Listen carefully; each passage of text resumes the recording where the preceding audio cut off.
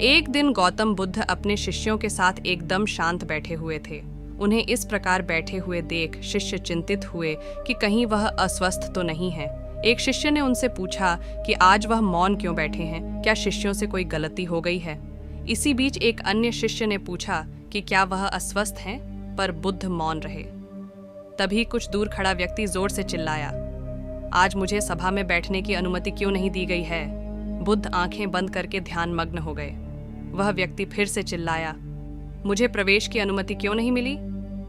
इसी बीच एक उदार शिष्य ने उसका पक्ष लेते हुए कहा कि उसे सभा में आने की अनुमति प्रदान की जाए। बुद्ध ने आंखें खोलीं और बोले, नहीं, वह अछूत है, उसे आज्ञा नहीं दी जा सकती। यह सुनकर शिष्यों को बड़ा आश्चर्य हुआ। बुद्ध उनके मन का भाव समझ गए और बोले, हाँ, वह अछूत है। इस पर कई शिष्य बोले, हमारे आश्रम में जात पात का कोई भेद ही नहीं, फिर वह अछूत कैसे हो गया। तब बुद्ध ने समझाया, आज वह क्रोधित होकर आया है।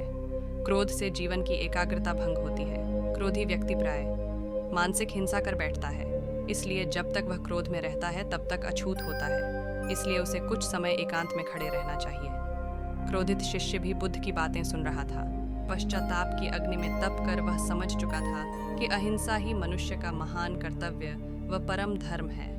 वह बुद्ध के चरणों में गिर पड़ा और कभी क्रोध न करने का प्रण लिया। शिक्षा, आशय यह है कि क्रोध के कारण व्यक्ति अनर्थ कर बैठता है और पश्चाताप उसे बाद में होता है, जिसका कोई लाभ नहीं मिलता। इसलिए हमें क्रोध नहीं करना चाहिए। असल मायने में क्रोधित व्यक्ति अछूत हो जाता है और उसे अकेला छोड़ देना चाहिए। क्रोध करने से तन, मन और धन तीनों की हानि होती है। क्रोध से ज्यादा हानिकारक कोई और वस्तु नहीं है।